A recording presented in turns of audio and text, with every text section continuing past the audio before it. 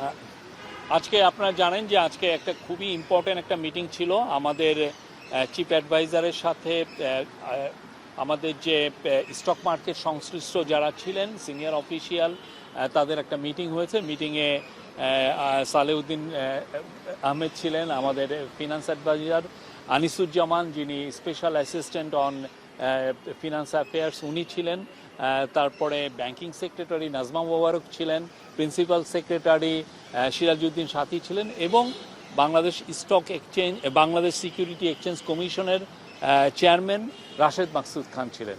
তো রাশেদ মাকসুদ খান পুরো মিটিংয়ে ব্রিফিং করেন যে মার্কেটের কি অবস্থা, গত 9 মাসে কি ধরনের রিফর্ম করা হয়েছে, কোথায় কোথায় এখনও রিফর্ম চলমান আছে, সেগুলো নিয়ে পুরো একটা বিস্তারিত পিকচার দেন, এবং সেই অনুযায়ী একটা খুবই প্রাণবন্ত একটা ডিসকাশন হয়। সেই ডিসকাশনের আলোকে কিছু কিছু ইম্পর্টেন্ট ডিসিশন নেওয়া হয়েছে। প্রথম কথা হচ্ছে যে চিফ অ্যাডভাইজার কিছু নির্দেশনা দিয়েছেন, আমরা বলবো যে 5টা মেজর নির্দেশনা দিয়েছেন। প্রথম নির্দেশনা হচ্ছে যে সরকারের যেগুলো বাংলাদেশে যেগুলো কোম্পানি বা যেগুলো ফরেন কোম্পানিতে সরকারের স্টেক আছে, যেমন ধরেন ইউনিলিভার, তাদেরকে যাতে খুব দ্রুত স্টক মার্কেটে আইপিওতে আনা যায়, আইপিও তারা জন্য ইস্যু করেন, সেই জন্য এটা আনার জন্য উনি বলেছেন। দ্বিতীয়টা হচ্ছে যে বাংলাদেশে আপনি জানেন যে অনেক প্রাইভেট কোম্পানি আছে এখন যারা তাদের টার্নওভার $2-3 বিলিয়ন, অনেক অনেক বড় বড় কোম্পানি হয়েছে। বাংলাদেশের তো সেই 20-30 বছর আগের বাংলাদেশ নেই, অনেকগুলো কোম্পানি অনেক বড় হয়েছেন, তাদের অনেক বড় বড় ভেঞ্চার আছে। তো তাদেরকে যাতে স্টক মার্কেটে আনা যায়, এবং সে আনার জন্য বলা হয়েছে আইপিওতে তারা যেন আসেন, এবং সেটার জন্য কি দরকার, যে কী ধরনের প্রণোদনা দেওয়া যায়, সেটা রাশেদ মাকসুদ খানকে বলেছেন যে এই প্রণোদনা দিয়ে এই সমস্ত কোম্পানি, যেমন কোম্পানি লাইক সিটি গ্রুপ বা মেঘনা গ্রুপ, আরও অনেক কোম্পানি আছে, তাদেরকে কিভাবে আনা যায় সেটার কথা বলা হয়েছে। তৃতীয় হচ্ছে যে আপনি জানেন স্টক মার্কেটে ভেস্টেড ইন্টারেস্টের লোক অনেক অনেক ধরনের ভেস্টেড ইন্টারেস্ট আছে, ফলে দেখা যায় যে আমরা রিফর্ম নিলেও অনেক সময় রিফর্মগুলো ঠিকমতো কাজ করতে চায় না, বা এরা রিফর্মগুলোর বিরুদ্ধে দাঁড়িয়ে যান।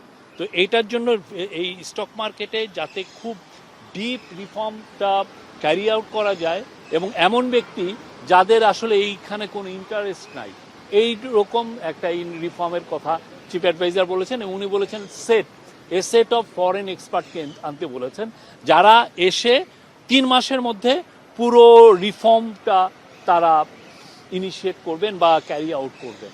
এইটার একটা সেট অফ ফরেন এক্সপার্টকে আনতে বলেছেন।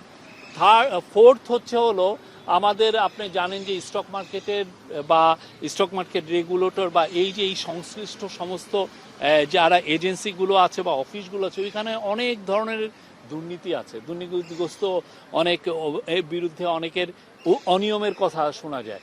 তো চিফ অ্যাডভাইজার বলেছেন যে যাদের বিরুদ্ধে অনিয়মের অভিযোগ আছে খুব দ্রুত তাদের ব্যবস্থা নিতে, এবং এই যাতে পুরো স্টক মার্কেটে এক ধরনের বার্তা পৌঁছায় যে কোনো ধরনের কোনো অনিয়ম বরদাস্ত করা হবে না।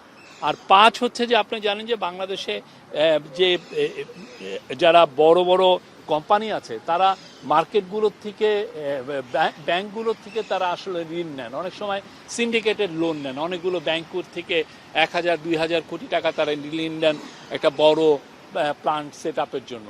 তো এইটার জন্য বলা হয়েছে যে এই ঋণটা যাতে এটাকে নিরুৎসাহিত করে কিভাবে এই ঋণে না যে কিভাবে তারা বন্ড ইস্যু করে বা স্টক মার্কেটের মাধ্যমে কিভাবে তারা তাদের ফান্ডটা রেজ করতে বা ক্যাপিটালটা রেজ করতে পারেন, সেই বিষয়ে বলা হয়েছে।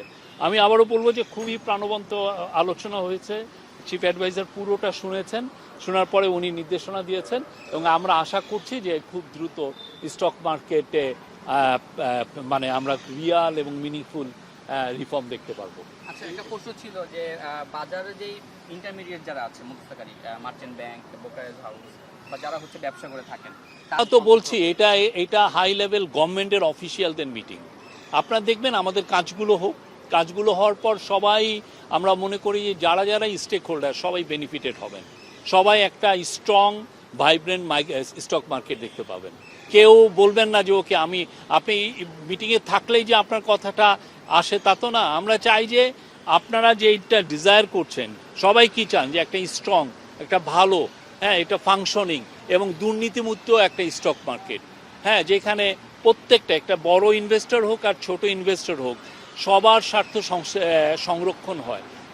সেটাই তো সবাই চাচ্ছেন এবং সেই দিকেই আমরা চিফ অ্যাডভাইজার সেই নির্দেশনাই দিয়েছেন যাতে সবাই প্রোটেক্টেড থাকেন এবং তাদের স্বার্থটা সংরক্ষিত থাকে। কিন্তু যিনি এখন নিয়ন্ত্রণ সংস্থার প্রধান রয়েছেন তাকে নিয়ে তো অনেক প্রশ্ন উঠছে, উনি ওনার যে দক্ষতা নিয়ে বা অভিজ্ঞতা আমরা বলছি তো, উনি বলেছেন সেট অফ এক্সপার্ট আনতে বলেছেন, যারা সত্যিকার অর্থে যারা নির্মোহভাবে এই স্টক মার্কেটে তারা রিফর্মটা ইনিশিয়েট করতে পারবেন, তারা সাজেস্ট করতে পারেন, রিকমেন্ডেশন দিতে পারেন, সেই অনুযায়ী কাজ করেন। চিফ অ্যাডভাইজার খুব দ্রুত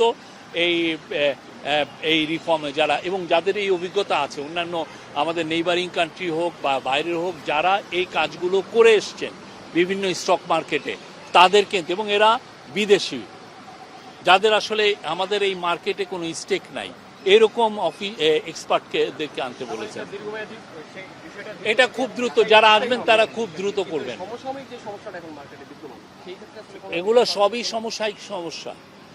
সমসাময়িক সমস্যাটাই সমাধান করার জন্যই তো এই মেজারগুলো আর্জেন্টলি নেওয়া হচ্ছে। কিন্তু একটা বিষয় সেটা হচ্ছে যে বাজার পড়বে উঠবে নামবে, এটা স্বাভাবিক রীতি দুনিয়ার সবখানে। কিন্তু আমাদের দেখছি যে গেল 9 মাসে বা 10 মাসে ধারাবাহিকভাবে পড়ছে এবং 900 সূচক প্রায় 90 পয়েন্ট বা প্রতিদিনই এরকম 80 পয়েন্ট করে পড়ছে। এটা আসলে আমরা তো continuous আশা এইটাকে করছি আসলে যে আমাদের তো মার্কেটে investor আস্থা আমরা জায়গাটা নাই বলছে। না, মার্কেটে আস্থা ফেরানোর জন্যই তো এই কাজগুলো করা হচ্ছে। উনি যে 5টা বড় বড় মেজর কাজের কথা বললেন, এটা কেন বলা হচ্ছে? যাতে বাজারে আস্থাটা ফিরে আসে। আমরা আশা করছি এমন একটা মার্কেটে এমনভাবে আস্থাটা ফিরবে যাতে সবাই বেনিফিটেড হন, যে 3-4টা লোক যাতে বেনিফিট, বা একটা ভেস্টেড ইন্টারেস্ট গ্রুপ যাতে বেনিফিটেড না। আগে আমরা দেখেছি কি এরকম অনেক কথা বুলি টুলি করে দেখা যাচ্ছে একটা particular vested group, interest group benefited হয়েছে, এবং আমাদের স্টক মার্কেটগুলোতে যেটা হয়েছে এক ধরনের বড় রকমের ডাকাতি হয়েছে চোখের সামনে দিয়ে। হ্যাঁ, এবং এইটা নিয়ে তো সত্যিকার অর্থে অনেকে লেখেনও নাই, অনেক যে জার্নালিস্ট বলেন ওরাও part of the vested interest group হয়ে গিয়েছিলেন। তা আমাদের আজকের মিটিংয়ের মেসেজটা হচ্ছে যে এই পুরো স্টক মার্কেটে খুব দ্রুত মিনিংফুল রিফর্ম করা, যাতে সবাই বেনিফিটেড হন, যারা ইনভেস্টমেন্ট করতে আসবেন, যারা আইপিওতে যাবেন, যারা এখানে বন্ড ইস্যু করবেন, বা মিউচুয়াল ফান্ডের কথাও বলা হয়েছে যে অন্যান্য দেশে মিউচুয়াল ফান্ড খুবই পপুলার, আমাদের এখানে মিউচুয়াল ফান্ড যাতে বড় হয়, পপুলার হয়, এবং এটাকে নিয়ে যাতে এক ধরনের ভেস্টেড ইন্টারেস্ট গ্রুপ জন্য এটাকে নিয়েও ম্যানিপুলেট না করতে পারে, সেটার কথাও বলা হয়েছে।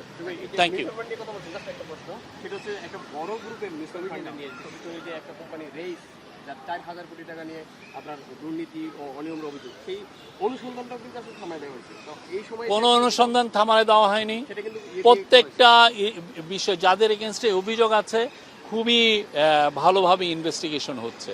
আপনারা সিকিউরিটিজ অ্যান্ড এক্সচেঞ্জ কমিশনে আপনারা খবর নেবেন। Thank you. Thank you.